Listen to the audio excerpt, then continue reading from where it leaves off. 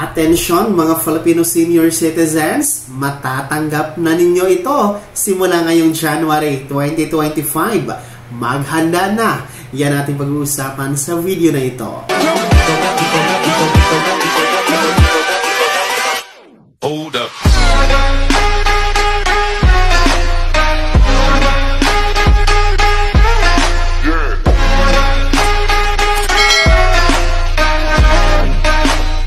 Hello mga ka-vlogs! Welcome dito sa aming YouTube channel. Magandang araw po sa lahat ng mga manonood. Saan po kayong dako sa mundo? Kumusta mga ka-vlogs? Ayan po, maghanda na mga Filipino senior citizens sapagkat matatanggap na ninyo ito simula ngayong January 2025. Ilang tulog na lang yan. Mamaya-maya ating yung pag-uusapan. Pero bago ang lahat, kung bago ka pa lang dito sa aming YouTube channel o kaya hindi ka pa nakasubscribe, abay click nyo muna ang ating subscribe button na nasa baba. Huwag nyo kalimutan na pindutin ang notification bell. Iligay nyo po sa all para naman updated kayo sa lahat ng mga videos na aking i-upload. Ito na nga po mga lolo at lola, dahil magsisimula na ngayong January 1, 2025. Matatanggap na ninyo ito ayon po sa National Commission of Senior Citizens or NCSC, kung saan nga po itong centenarian cash gift na 100,000 pesos ay pwede na pong makuha sa NCSC simula January 1 ngayong susunod na taon, basta kayo ay may edad na 100 years old pataas. No? Makakatanggap kayo ng 100,000 pesos plus yung felicitation letter mula po sa Pangulo ng Pilipinas. Kaya naman sa mga mag-100 years old, baka may kakilala kayo, mga kapitbahay, kamag-anak na mag-100 years old simula ngayong January 1, 2025, tulungan ninyo po na mag-apply sa OSCA para po makakuha ng 100,000 pesos. Sayang din po kasi kung hindi po yan na-apply, no? Sapagkat benepisyo po yan na bigay ng gobyerno, bigay ng ating saligang batas, no, sa ilalim ng NCSC para po sa mga centenarian. Kaya sayang din po ang 100,000 pesos. Kahit pa paano ay makakatulong din po sa ating mga centenarian sa kanilang pangangailangan, no? Gaya ng gamot, sa mga may maintenance ng gamot, pagkain, at iba pa po, no? So, sayang din po kasi ang 100,000.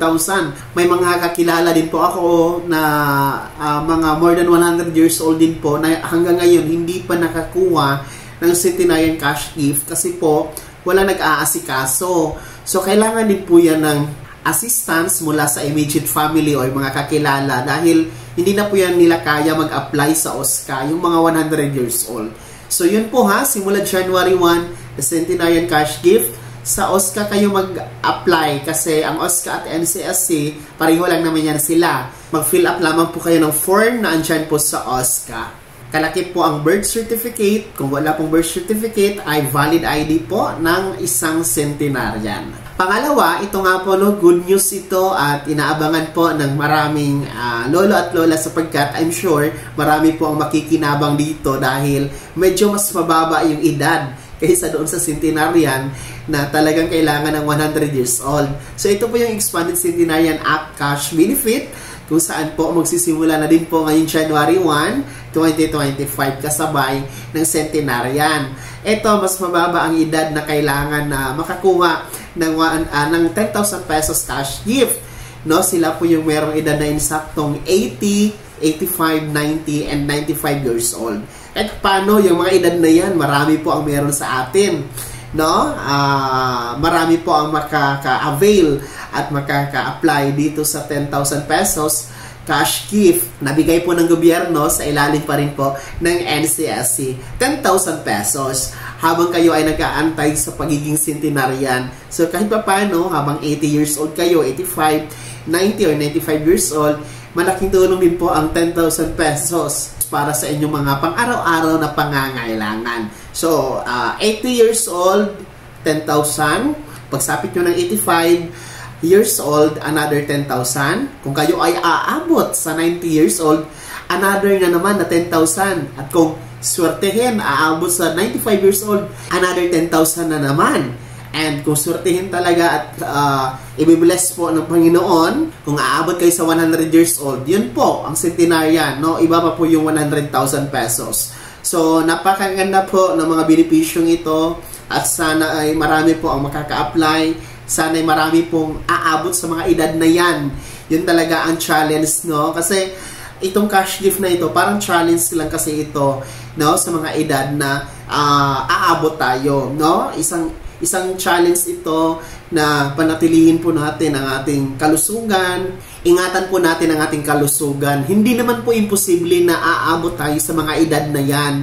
No? Hindi imposible na aabot tayo sa 80 years old, 85, 90, 95, at 100 years old. Talagang posible po na aabot tayo dyan sa mga edad na yan kung tayo po ay maging maingat po sa ating kinakain, maging maingat po sa ating pang-araw-araw na mga gawain, maging maingat tayo sa ating kalusugan, no?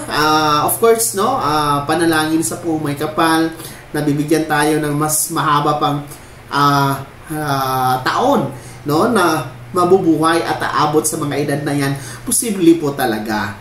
Kaya naman po ha, maghanda na kayo mga lolo at lola kung meron kayong mga edad na ganon, no? 80, 85, 90, 95 at 100 years old simula ngayong January 1, 2025. Abay, pwede na kayong makaka-apply, makakatanggap ng 10,000 pesos cash gift for our expanded Centenarian Act cash benefit and 100,000 pesos for our Centenarian. So, mas mabuti siguro, mas maaga ninyong i-apply, no? Yun po yung ang advice ng NCSC din po na agahan ang pag-apply, no? Pwede kayo mag-advance ng 4 to 6 months bago ang inyong birthday sa mga edad na milestone na yan para mas maaga pong maproseso ang inyong aplikasyon, and of course, mas maaga nyo din pong makuha ang inyong mga cash gift. Dahil within 1 year lang kasi ang limit para ma-claim ninyo ang inyong cash gift. Kapag hindi nyo po kasi na-claim yan, after 1 year, ibabalik po yung pera na para sa inyo sa National Treasury. So, sayang din po, no? Kaya, I encourage you, pati ang NCSC, na i-apply at i-avail po natin ito. Kaya naman mga lolo at lola, handa na ba kayo? Handa na ba ang inyong mga requirements? Saan ninyo ilalaan ang inyong makukuha na cash gift? Komento nyo po sa comment section na nasa baba. Pakilakip ng inyong buong pangalan at kung taga saan kayo para ma-shoutout ko kayo sa aking mga next episode na aking i-upload. Bago ko magtapos sa video na to, kung gusto nyo pong sumuporta sa aking YouTube channel, maaari nyo pong i-click ang ating super thanks button na nasa baba. Sa mga gusto maging miyembro, pwede po, i-click nyo po ang ating join button. Maraming perks dyan mga ka-vlogs. Be my member now. Sana naging gabay ang video na to kahit paano na pag-uusapan natin ang mga mahalagang bagay-bagay na may kinalaman sa ayuda, programa at benepisyo ng ating mga senior citizen. Kung hindi ka pa nakasubscribe dito sa aking YouTube channel, maaari nyo nang i-click ang ating subscribe button na nasa baba. Huwag niyong kalimutan na pindutin ang notification bell. Ilagay niyo po sa all para naman updated kayo sa lahat ng mga videos na aking i-upload. Maaari nyo din i-like ang video na to. At kung meron ka pang mga katanungan, maaari nyo i-komento sa comment section na nasa baba. Paki-follow na din po ang aking official Facebook page na nasa screen nyo. Muli po, ako si Daniel Timpawa na nagsasabing dito sa aking YouTube channel, pawang katotohanan at lahat totoo lamang.